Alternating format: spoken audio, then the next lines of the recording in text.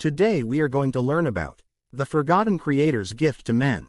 Before we start, if never subscribed to my channel, please remember to subscribe and turn on notification. What is this gift? Among 10 commandments, this one take us to the precious gift ignored by many. In Exodus chapter 20 verses 8 to 11, God said, "Remember the Sabbath day, to keep it holy. 6 days shalt thou labor, and do all thy work, but the seventh day is the Sabbath of the Lord thy God.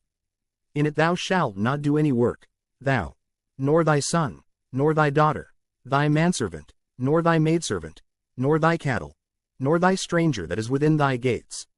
For in 6 days the Lord made heaven and earth, the sea, and all that in them is, and rested the seventh day. Wherefore the Lord blessed the Sabbath day, and hallowed it." The Sabbath is not introduced as a new institution but as having been founded at creation. Genesis chapter 2 verses 1 to 2. It is to be remembered and observed as the memorial of the Creator's work. Pointing to God as the maker of the heavens and the earth, it distinguishes the true God from all false gods. All who keep the seventh day signify by this act that they are worshippers of Jehovah.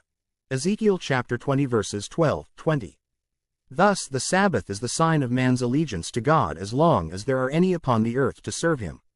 The fourth commandment is the only one of all the 10 in which are found both the name and the title of the lawgiver. It is the only one that shows by whose authority the law is given. Thus it contains the seal of God, affixed to his law as evidence of its authenticity and binding force. God has given men 6 days wherein to labor, and he requires that their own work be done in the 6 working days. Acts of necessity and mercy are permitted on the Sabbath, the sick and suffering are at all times to be cared for, but unnecessary labor is to be strictly avoided. "Turn away thy foot from the Sabbath, from doing thy pleasure on my holy day, and call the Sabbath a delight, the holy of the Lord, honorable, and honor him, not doing thine own ways, nor finding thine own pleasure." Isaiah chapter 58 verse 13.